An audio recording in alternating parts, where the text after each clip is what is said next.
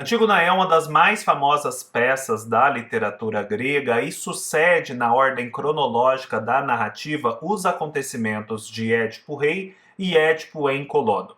Neste vídeo eu vou contar um pouco mais sobre o enredo de Antígona, depois eu vou levantar 10 pontos que você deve observar ao fazer a leitura dessa peça, vou trazer algumas considerações de um especialista sobre a estrutura e que responde à pergunta: a peça deveria mesmo se chamar Antígona? E por fim eu vou trazer algumas diferenças e semelhanças entre a Antígona e o Hamlet do Shakespeare. O momento do vídeo em que eu vou começar a falar a respeito de cada um desses assuntos vai estar marcado aqui na descrição. Como muitos de vocês devem saber, o Édipo é uma daquelas figuras emblemáticas da mitologia e da literatura gregas que se envolveu num caso de incesto, sendo o rei descobriu esse caso, descobriu que estava casado com a própria mãe e que tinha matado o próprio pai, e por isso ele fura os seus olhos, deixa de ser rei e se exila em outras terras.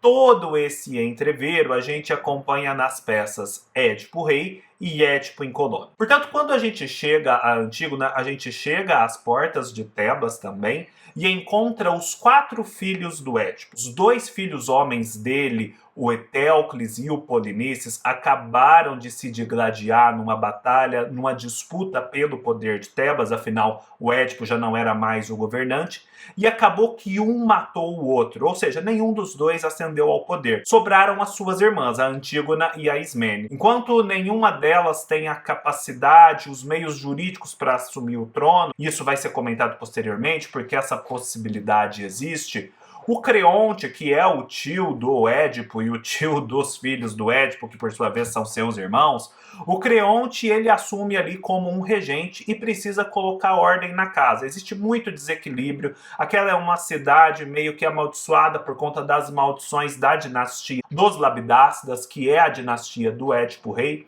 Enfim, ele precisa fazer certas escolhas. E uma das escolhas que ele faz é, olha, eu não vou compactuar com a briga dos irmãos, mas eu vou dizer que um era um inimigo e o outro era amigo. O Polinices era inimigo e o Etéocles estava lutando pela cidade de Tebas. Portanto, Etéocles vai ter um enterro digno, já o Polinices não vai poder ter um funeral. Acontece que a Antígona é a sua irmã, a irmã tanto de Etéocles quanto de Polinices, e ela não se conforma com a ideia de que o Polinices não vai ter um funeral, pelos motivos humanos e religiosos que a gente possa imaginar. E por isso, desde o início, ela anuncia que vai desobedecer essa ordem de Creonte. E ela, de fato, desobedece, e desobedece logo no começo da peça. E aí o Creonte procura saber quem é que fez aquele funeral até descobrir que foi a Antígona. E aí a gente passa a acompanhar o que é que vai acontecer com a Antígona, se ela será de fato castigada. A gente descobre que a Antígona estava prometida em casamento ao filho do Creonte, o Émon. Esse Émon ele aparece, ele está mais do lado da Antígona do que do pai e, portanto, ele tenta trazer o pai à razão. Progressivamente a gente vai vendo que o Creonte é alguém que está um pouco desequilibrado, provavelmente porque quer se consolidar no poder e vê esse poder sob ameaça. E aí a gente vê os desdobramentos do que ele faz a Antígona em relação a si próprio, em relação ao próprio Creonte e em relação à sua família, a começar pelo seu filho, que era noivo de Antígona. São todos esses os desdobramentos que a gente acompanha na peça. Portanto, é bem nítido, e aqui eu começo a trazer os temas que pautam essa peça, que o primeiro deles, o tema clássico que todo mundo levanta quando menciona Antígona, é o da contraposição entre o direito natural e o direito positivo, ou direito legislado. O que seria isso? O Creonte, naquele momento, ele detém legitimamente o poder de Tebas. E no exercício desse poder, ele edita esse decreto segundo o qual Polinices não poderá ter um enterro digno. A Antígona, porém, quando decide dar ao irmão um enterro digno, não obstante a lei do Creonte, ela invoca em seu favor leis que seriam mais elevadas do que essa que o governante legítimo estabeleceu. Aí a gente já começa a perceber a ideia de que existem leis de diferentes naturezas. Existem as leis que os seres humanos produzem, que os governantes produzem, que podem ser razoáveis ou não, que podem até ser legítimas, eles detêm o poder para tanto, ou não, podem ser ilegítimas, pode ser um tirano, pode ser um usurpador. Mas além disso, a gente tem leis que não seriam leis que os homens ditam, seriam leis que estariam acima dos homens. Em alguns momentos a gente chega a pensar leis que estariam até acima dos deuses, preceitos muito fundamentais que jamais poderão ser desrespeitados. E se houver um conflito entre desrespeitar uma lei dessa natureza e uma lei humana, mais vale desrespeitar a lei humana e suportar as adversidades do que desrespeitar essa lei superior. Essa lei superior, ao longo da história, ela teve várias fundamentações. Quando a gente pensa em direito natural, a gente está com uma ideia, resumindo muito, mais essencialista, um pouco metafísica, que associa essa ideia do direito à divindade, aos mandamentos divinos, a algo que seria intrínseco ao ser humano, à natureza humana, portanto imutável, eterno, etc. Mais recentemente, com a secularização, essa ideia não deixou de existir, de uma lei um pouco superior. Mas daí a gente já passa a falar em direitos humanos, por exemplo. E nos direitos humanos a gente não tem um fundamento divino, mas tem toda uma construção ética, filosófica, que vai dizer que aquele direito humano ele é inviolável, ele ostenta um valor superior e, portanto, certas legislações dos homens, das nações, elas não podem se sobrepor ao direito humano. Elas vão justamente derivar sua legitimidade da conformidade com esses direitos humanos. Então, esse conflito que ainda hoje existe, porque nem todos os países adotam os direitos humanos, existe disputa sobre quais seriam os direitos humanos. Esse conflito que foi da Antígona lá do passado é um conflito que atravessa a história e chega aos dias de hoje. O segundo tema que eu acho importantíssimo aqui é o dos rituais fúnebres. Os rituais fúnebres, eles são o que marca um dos grandes elementos distintivos da nossa humanidade. Tanto é assim que os arqueólogos, quando vão fazer as pesquisas do homem pré-histórico, vão começar a distinguir quando o homem, enquanto homem que a gente entende hoje em dia surge, né, a diferenciação em relação aos símios, em relação ao mero animal. Um dos primeiros indícios disso é o ritual fúnebre. É você simplesmente não deixar a pessoa morta caída ali, exposta aos abutres. Ela passa por um cuidado, por um enterro, por uma mumificação, uma cremação, alguma coisa, algum ato acontece. Ela não é simplesmente deixada pelo caminho. Esses ritos fúnebres, portanto, são muito distintivos de um estado que a gente pode pensar como sendo um estado de natureza e a passagem desse estado de natureza para um estado de cultura, que é como nós vivemos na nossa sociedade. Portanto, quando a Antígona está defendendo essa regra básica de que o Polinices não pode ser deixado sem um funeral, ela está querendo defender a cultura que ali existe e tudo o que ela implica. Ao passo que o Creonte propugna, ele já resvala numa possibilidade de selvageria, de ir contra certos elementos distintivos básicos do humano. Esse tema é tão presente na peça que existe uma passagem em que o coro vai louvar os feitos humanos, aquilo que distingue a humanidade, porque justamente essa discussão toda se estabelece nessa fronteira. Um terceiro tema, e que tem tudo a ver com os outros dois, é o do ser humano como fim em si mesmo. Existe uma ideia, principalmente no direito mais moderno, e que está na construção do conceito de direitos humanos, de que o ser humano nunca pode ser encarado, de que essa é uma fronteira que nunca pode ser ultrapassada. Ele nunca pode ser encarado como um instrumento para você chegar a uma determinada finalidade.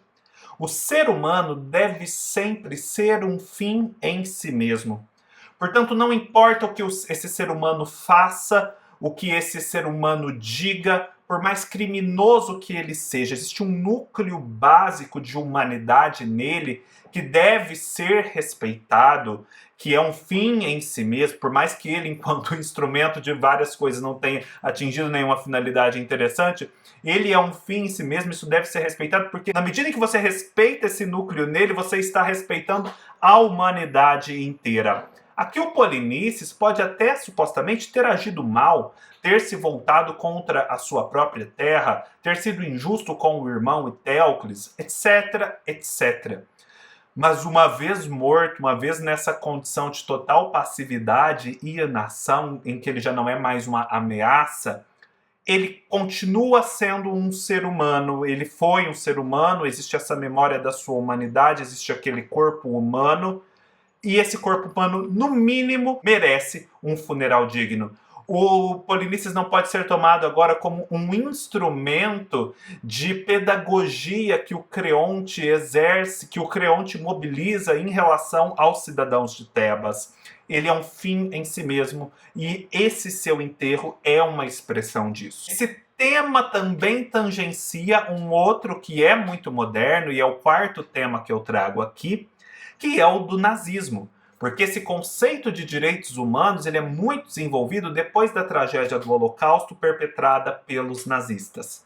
E ali esse conflito entre direito positivo e direito natural ou direitos humanos, ele é muito premente, porque qual é a grande característica daquele movimento?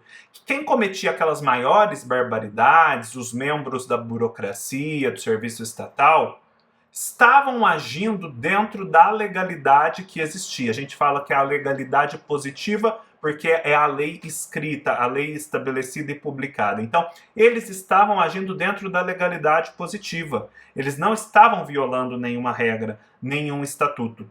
O problema é que esse ordenamento jurídico, esse estatuto dos nazistas, era um estatuto viciado na origem, que não tinha uma legitimidade, que não guardava uma relação de conformidade com esses direitos mais básicos, com esses direitos humanos ou naturais, como queiram, que são a ordem do direito que a Antígona está defendendo aqui nessa peça. Vejam, portanto, a atualidade dessa história. Um outro tema que está aqui, que é um tema muito clássico da literatura, é o tema do bom governante. Afinal de contas, quem está no poder no momento é o Creonte.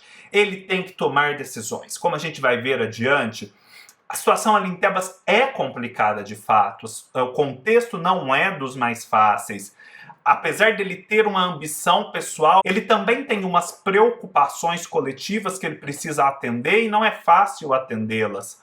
Mas a gente vai percebendo que se no início existe essa ambiguidade, esse conflito, conforme a peça vai se desenvolvendo, o lado pessoal, o lado da ambição, o lado da necessidade de consolidação no poder vai se fixando e por conta disso a legitimidade dele, o acerto das suas decisões vai ficando prejudicado e toda a ordem ali começa a desmoronar.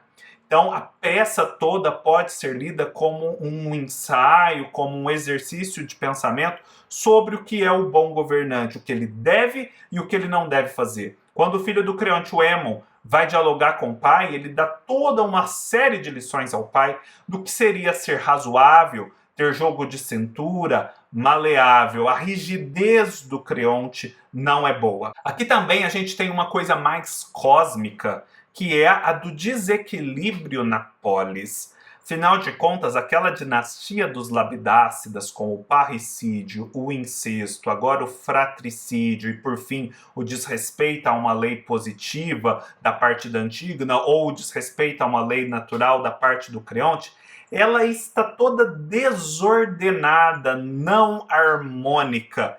São muitos princípios de corrupção correndo por aquelas terras. E é inevitável que isso comece a se alastrar e a causar consequências. Quando a gente começa a peça Édipo Rei, a gente tem a cidade de Tebas sendo acometida por uma peste, justamente porque ali se encontra um assassino não punido. Por conta desse desequilíbrio, toda a cidade começa a ser punida. Aqui também a gente percebe que quando o Tiresias chega, Ele já começa a anunciar males que rondam a cidade. E esses males vão consumir o coletivo, mas um pouco antes eles vão consumir a família do Creonte, além do próprio Creonte pessoalmente considerado. Então é toda uma série de desequilíbrios que parte do indivíduo, passa pela família e no final vai chegar à coletividade maior. E dentro dessa dinâmica existe também um embate entre uma razão puramente humana e normas, costumes mais tradicionais, que seriam mais piedosos, com a maior conformidade com as leis divinas.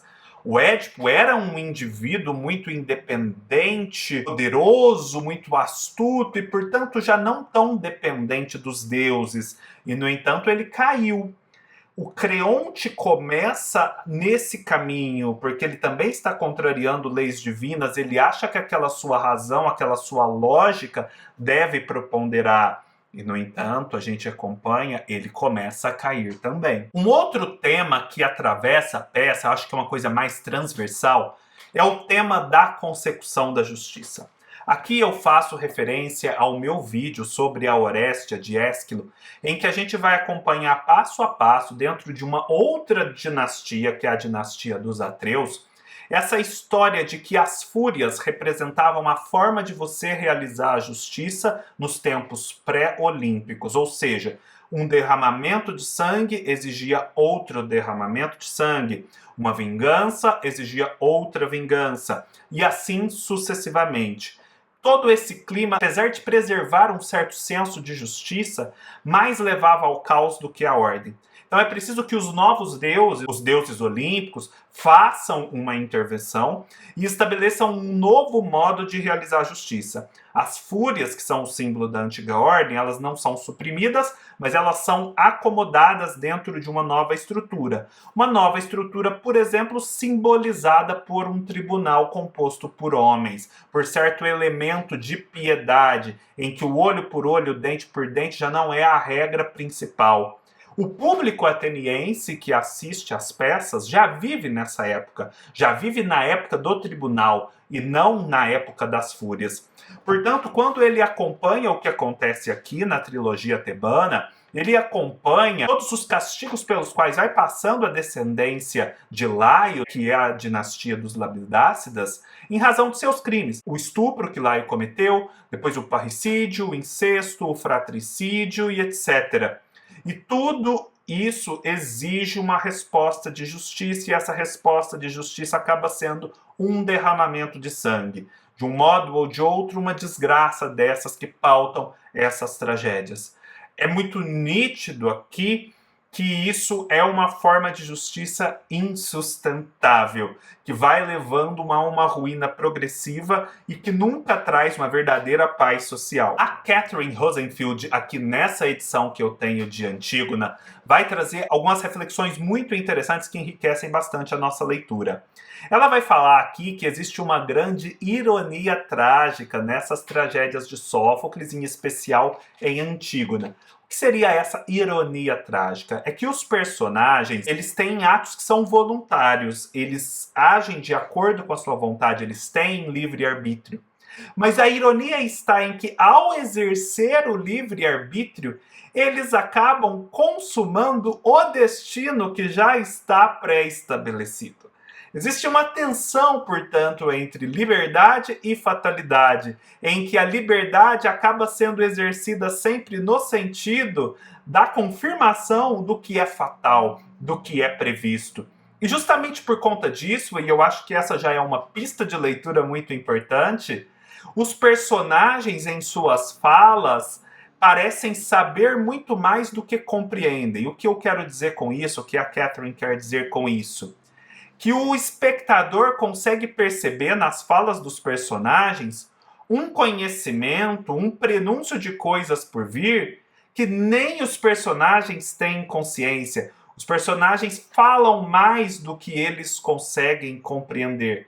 Por isso, as entrelinhas desses versos que compõem essas peças são tão importantes, porque elas estão remetendo para ideias mais gerais, mais abstratas, para coisas que vão muito além do que os personagens conseguiriam dominar enquanto seres humanos reais. Feito esse preâmbulo, o primeiro ponto, né, desses 10 que eu estou elencando que a Catherine Rosenfield traz para a gente é a questão do problema que representa a morte de Polinices e de Etéocles no seguinte sentido.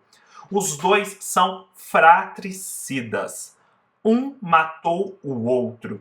Esse fratricídio é algo tão grave e do modo como foi consumado, chega a parecer um matar a si mesmo, chega a parecer algo até incestuoso, porque eles são tão próximos e se destroem mutuamente.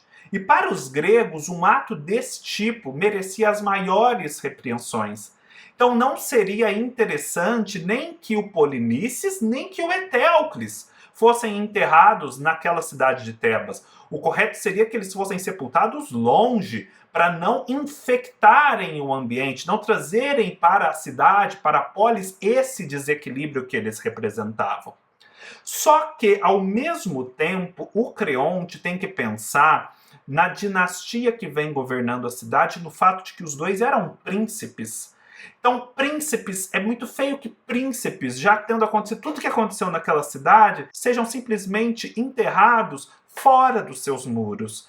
É estranho, aquilo quebra com a linha sucessória, com uma tradição da qual o próprio Creonte ofere algum poder na medida em que ele é um parente. Então, o que o Creonte faz? Ele escolhe tomar um partido.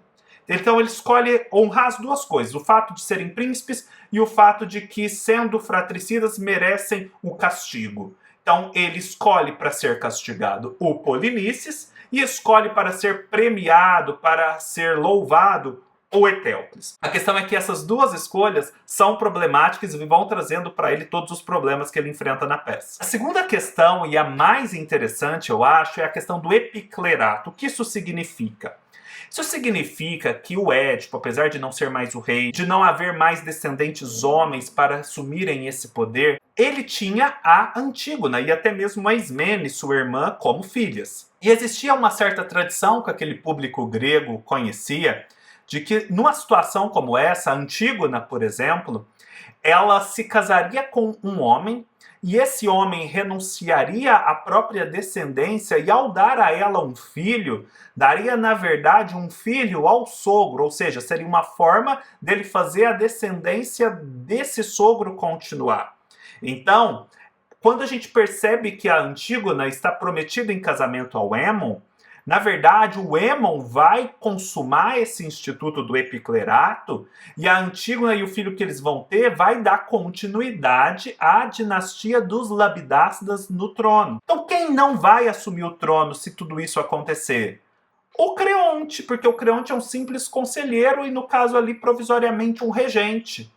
Então, o Creonte, na medida em que ele começa a se voltar contra Antígona, ele está se estabelecendo no poder e prejudicando, invadindo a esfera de interesses do seu próprio filho Émon. Veja só que conflito existe aqui. Não é tão claro para a gente que não conhece esse Instituto Epiclerato, mas uma vez que a gente passa a conhecê-lo, tudo faz mais sentido nessa peça. Um outro tema, e aqui eu fecho as considerações da Catherine Rosenfield, é o das origens de Tebas. Isso aqui é muito interessante. Tebas já teria uma origem muito complicada, porque ela seria originária de Cadmo, um personagem grego, que chega lá, enfrenta um dragão, e depois que ele derrota esse dragão, ele é orientado a espalhar os dentes do dragão pela terra.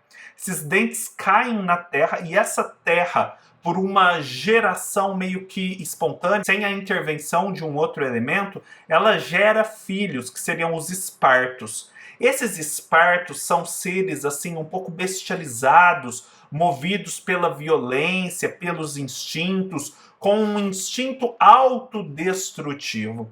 Chega um momento em que o Cadmo também tem filhos, sobram 5 espartos, e ele precisa casar esses filhos com esses espartos, e aí tem origem a casa regente de Tebas. Ou seja, essa casa regente de Tebas é, desde o início, muito pautada por essas emoções, por essas certas taras, por um impulso autodestrutivo.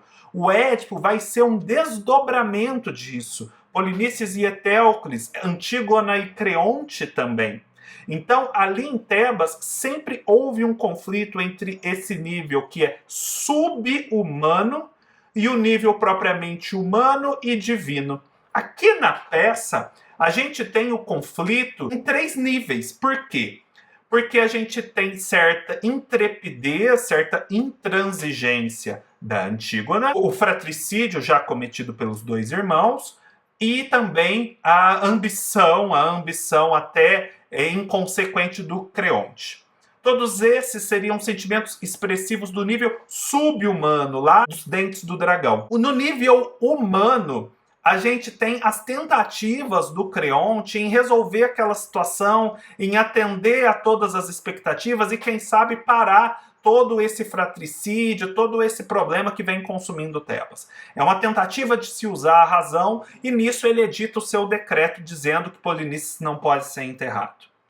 E a gente tem o nível sobre-humano, que são as normas mais ancestrais, mais elevadas que a Antígona invoca para justificar suas próprias atitudes. Então vejam, é um conflito de 3 níveis: sub-humano, humano e sobre-humano. O Quito aqui vai fazer uma provocação, com base até numa linha interpretativa, numa discussão crítica mais antiga, que é a seguinte: essa peça deveria mesmo se chamar Antígona. Por quê? Porque a verdade é que ela parece ter um defeito. A gente acompanha as atitudes de Antígona logo no começo da peça. É tudo até muito rápido, a Antígona anunciar que vai desrespeitar as ordens de Creonte e de fato desrespeitá-las. Logo ela é descoberta, ela sai de cena. E assim, metade da peça a gente passa a acompanhar o Creonte em relação ao filho Emo, e por fim surge até a esposa do Creonte, sobre a qual não tínhamos ouvido falar antes, e que parece até um acessório meio desnecessário para aquela peça. Então, no final, a Antígona aparece muito pouco, e quando a gente começa a analisar o entrecho ali, parece que o Sófocles está falando muito mais do Creonte do que da própria Antígona. E, de fato, existe toda uma tradição crítica, pelo visto, que considera que o personagem principal aqui são 2, Creonte e Antígona, mas a verdade é que dentro dessa estrutura dual da peça, a Antígona começa a ação para depois o Creonte terminar. No final, o Creonte acaba sendo um pouco mais importante, fala-se mais sobre ele, sobre o seu entorno, do que sobre a própria Antígona. Isso, por exemplo, é muito diferente do Édipo Rei, que é uma peça, né, que, segundo o modelo clássico de Aristóteles, tem uma perfeita unidade de tempo, espaço e ação. E, portanto, até de protagonista. É evidente que o protagonista de Édipo Rei é Édipo, ao passo que a Antígona tem um momento que a gente chega a se perguntar: a peça deveria mesmo se chamar Antígona? Ou Creonte? Quem é o personagem principal? Se o personagem principal é Antígona, porque ela some na metade da peça e ela passa a discorrer apenas sobre Creonte e os seus. Por fim, eu gostaria de estabelecer uma relação entre Antígona e Hamlet. Eu acho que existem 2 semelhanças e 2 diferenças principais em Hamlet e em Antígona. Tanto Hamlet quanto Antígona apresentam um contexto em que o luto por um parente querido que se foi, um familiar, ele causa e ele é uma ameaça à nova ordem política que se instaura. O luto do Hamlet, ele é uma perturbação para o seu tio Cláudio e a sua agora esposa Gertrudes, mãe de Hamlet, porque ele lembra o tempo todo que aquele governante passado se foi faz muito pouco tempo, que aquela esposa se casou muito precipitadamente, deixando de ser viúva, que, portanto, há alguma coisa estranha no ar. E o Hamlet, ao sustentar esse luto, ele sustenta também a própria figura, afinal, ele é um pretendente ao trono. Assim como Antígona. O luto de Antígona, no caso por Polinices, é uma ameaça à autoridade, até aqui mais frontalmente do que no Hamlet, à autoridade do Creonte. O Creonte tem uma pretensão de se estabelecer no poder, mas a Antígona é uma ameaça porque ela não só desrespeita suas ordens, como ela, por conta desse instituto do epiclerato, pode ascender ao trono junto do seu filho, o Aemon, e ele aí vai voltar à condição de mero conselheiro. Outro tema que é muito semelhante nas duas peças é que ambas falam de deveres tradicionais em conflito com outros paradigmas de deveres. O que eu quero dizer com isso? O Hamlet, ele tem que honrar aquela tradição guerreira do pai. Então, se o pai foi assassinado pelo tio, ele tem que assassinar o tio e vingar o pai. Só que daí ele fica pensando, devo ou não devo, é assim ou não é assim, e essa vingança é muito adiada. Mas ele fica ali nesse conflito entre cumprir esse ditame guerreiro, vingar a morte de alguém com outra morte, ou encontrar uma alternativa menos sangrenta. A Antígona, ela também se aferra a uma ordem que seria a mais tradicional de todas, as leis dos deuses, que falam que ela tem que fazer aquele funeral. Leis que ali no momento estão se contrapondo, no caso, às leis do direito positivo, que são aquelas estatuídas pelo Creonte. E quais são as outras duas grandes diferenças entre as peças, na minha opinião? A principal delas é que ambos têm que cumprir uma missão, mas a Antígona, ela age muito mais rapidamente do que o Hamlet. O Hamlet, ele fica pensando, adiando, tergiversando para consumar sua vingança. A Antígona, como a gente já disse, ela resolve o que ela precisa resolver na primeira metade da peça, e na segunda metade ela nem aparece. Então, assim, ela é muito mais decidida e enérgica do que o Hamlet. E essa indecisão do Hamlet seria justamente a marca do homem moderno, que passa a refletir mais sobre as coisas. E a outra diferença grande para mim seria que nas duas peças existe um morticínio final, mas as causas do morticínio são diferentes. No caso da Antígona, porque a justiça das fúrias está sendo consumada, então no final tanta gente morre porque se está buscando algum equilíbrio de justiça naquilo, ainda que seja um equilíbrio muito precário. E no Hamlet muitas pessoas morrem porque o Hamlet demora para se vingar. Se o Hamlet tivesse sido mais decidido, mais pontual, matado o tio Claudius desde o começo, a Ofélia teria sido poupada, o próprio Hamlet teria sido poupado, o Laertes, a Gertrudes, o Polônio, muita gente. Então, num a gente tem o morticínio, que é decorrência da justiça das fúrias. No outro, um morticínio que é decorrente da inabilidade humana em fazer o que precisa ser feito. Pelo menos ali naquele contexto do Hamlet. É isso, pessoal. Espero que tenham gostado. Se gostaram, deem um like, deixem seus comentários, se inscrevam no canal e até mais.